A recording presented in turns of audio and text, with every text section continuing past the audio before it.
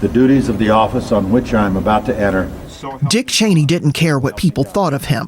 What he cared about was power, and he used it to become the most consequential U.S. vice president since the country's founding. One issue catapulted Cheney to global prominence: Iraq and its leader, Saddam Hussein. As U.S. Defense Secretary, Cheney oversaw the U.S.-led Gulf War that forced Iraqi forces out of Kuwait in early 1991. And after the September 11th attacks in 2001, Vice President Cheney helped George Bush launch the U.S.'s so-called global war on terror. Not just in Afghanistan, which had given shelter to al-Qaeda leader Osama bin Laden, but in Iraq as well. After decades of rule by a brutal dictator, Iraq has been returned to its rightful owners, the people of Iraq. And Iraq now joins Afghanistan as a nation transformed from a state sponsor of terror to an ally in the war on terror. Raised in the western state of Wyoming, Cheney wanted to be a politics professor, but an internship inspired him to work in politics instead. Cheney's political savvy helped him land a spot in President Richard Nixon's administration in the early 1970s. Donald Rumsfeld was an early mentor and friend.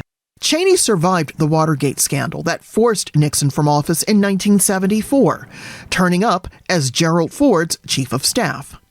Cheney's own political career began in 1978, when Wyoming voters elected him to the first of 5 terms in the U.S. House of Representatives.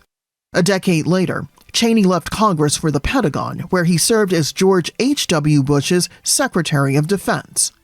Cheney orchestrated the invasion of Panama at the end of 1989. General Noriega has finally been run to ground. Cheney tried to leave politics behind, becoming the CEO of U.S. oil services giant Halliburton in the 1990s. But after agreeing to help George W. Bush look for a running mate in 2000, Cheney ended up being on the ticket. I accepted with enthusiasm and with an eagerness to get to work. His Halliburton ties and decades of heart problems raised questions about Cheney's fitness for office. Back in Washington, Cheney endorsed the idea of a strong president and dismissed those detractors who called him Darth Vader.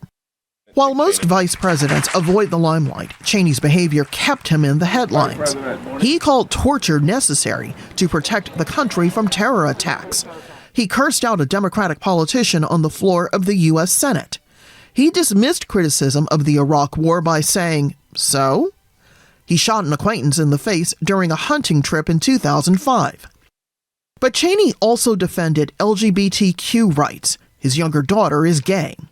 And in 2020, Cheney turned up on Twitter wearing a face mask with the hashtag #RealMenWearMasks.